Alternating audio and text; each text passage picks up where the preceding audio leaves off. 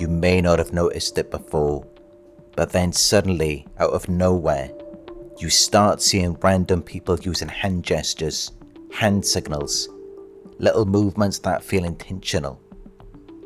People touching their face, pointing, adjusting their sleeve, doing it right as you walk past, right as you make eye contact.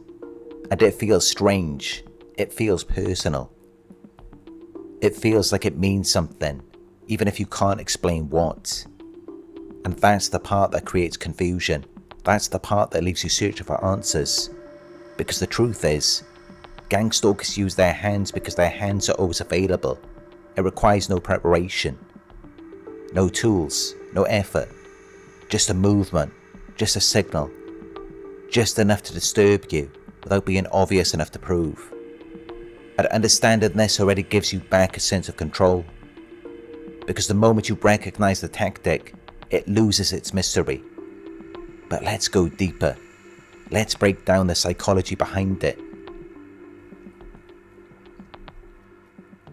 Today, I'm going to end the confusion by giving you 7 clear reasons why Gangstalkers use hand gestures.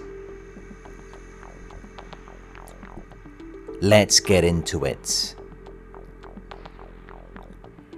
1. To make you feel targeted without leaving evidence. Hand gestures are the perfect psychological weapon because they're invisible on paper. Someone lifts their hand.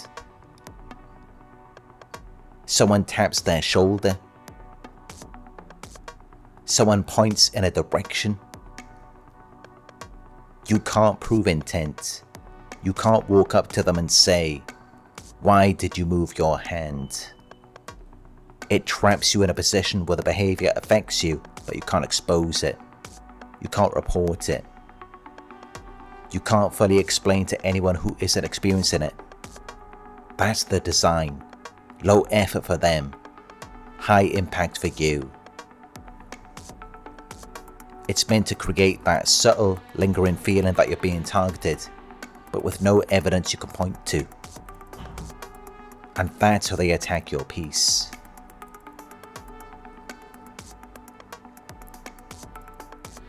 2. To create a pattern your mind starts obsessively noticing. Gangstalker relies on repetition. They want you to see the same movements again and again until your brain starts anticipating them. You become the detective, the problem solver, the one searching for answers because you know something is off. And now your nervous system is involved. Your adrenaline, your pattern recognition, your survival instincts. You start scanning the environment, looking for potential threats, trying to make sense of what these people are doing.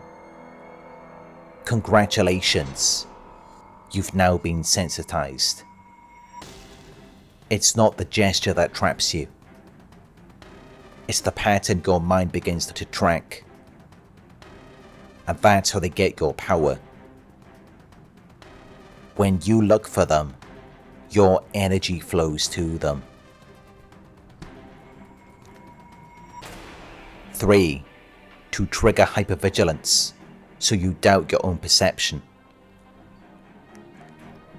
Here's where it gets deeper.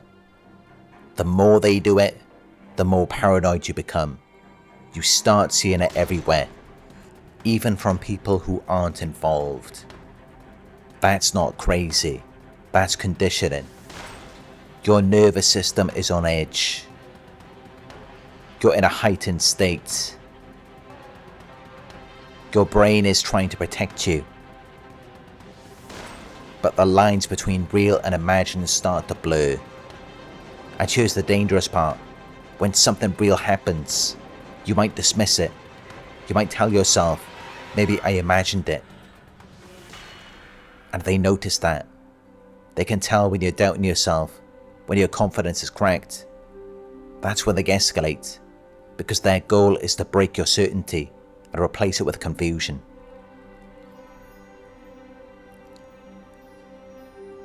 4. To communicate silently with each other without approaching you. Sometimes the gestures are really signals between gangstalkers, simple movements that send instructions. He's here. Move over there. Follow them. Watch this direction. It's a silent system. No talking. No coordination that can be recorded. Just quick, subtle movements anyone could dismiss as normal behaviour. And here's the truth. It's not sophisticated. A lot of these people aren't intelligent or strategic. Most of them are imitators, copying what they've seen others do. But intentional or not, it creates the same effect. You feel surrounded, you feel monitored, you feel outnumbered, and that's exactly where they want you mentally. 5. To condition you into scanning crowds for the next gesture. This is where the tactic becomes self-sustaining. Once they have your attention, once your brain is in search mode, they don't need to keep doing it constantly. You start looking for it automatically. Your eyes jump to every hand movement. You brace yourself before anything even happens. You become trapped in anticipation. This is mental conditioning. Every time you look for them, every time you expect something, you're giving them psychological real estate. Their goal isn't the gesture. Their goal is the rewiring, to make them the center of your focus and your fear. 6. To provoke a reaction they can later use to discredit you. Gangstalkers love predictable reactions. Once they've studied you, once they know your triggers, they start using gestures to provoke you subtly. Just enough to frustrate you, just enough to make you react, because the moment you respond, they can twist the story. See, they get upset over nothing. Look how unstable they are. It was just a gesture. They want to push you into reacting emotionally, so they can play the victim. It's a setup, a trap, one they've used on many people before you. At the moment you stop reacting, you take their power away. 7. To keep you mentally occupied so you don't focus on real problems. This is the real end game. The more you think about them, the less you think about you. Your goals, your growth, your healing, your peace, your future.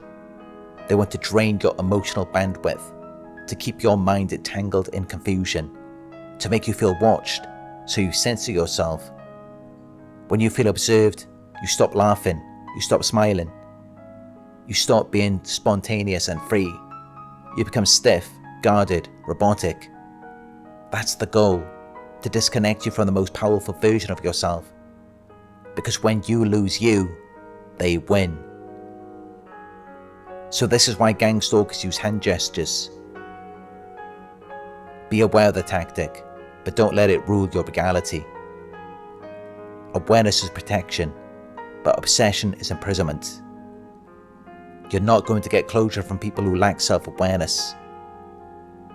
You're not going to get honesty from people built on insecurity and envy. These people are emotionally immature. They don't grow, they don't evolve, they don't self-reflect. Toying with others is their entertainment, because they have no depth inside themselves. But once you step out of their game, once you stop reacting, their power collapses. They will never understand the peace you carry, because peace is something they've never had.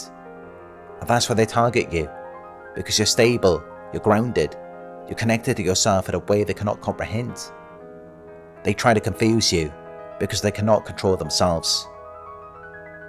Remember, crazy makes you crazy, but only if you stay engaged with it. Pull your energy back, reconnect with your mind, reconnect with your logic, reconnect with your truth. Everything you need is already inside you.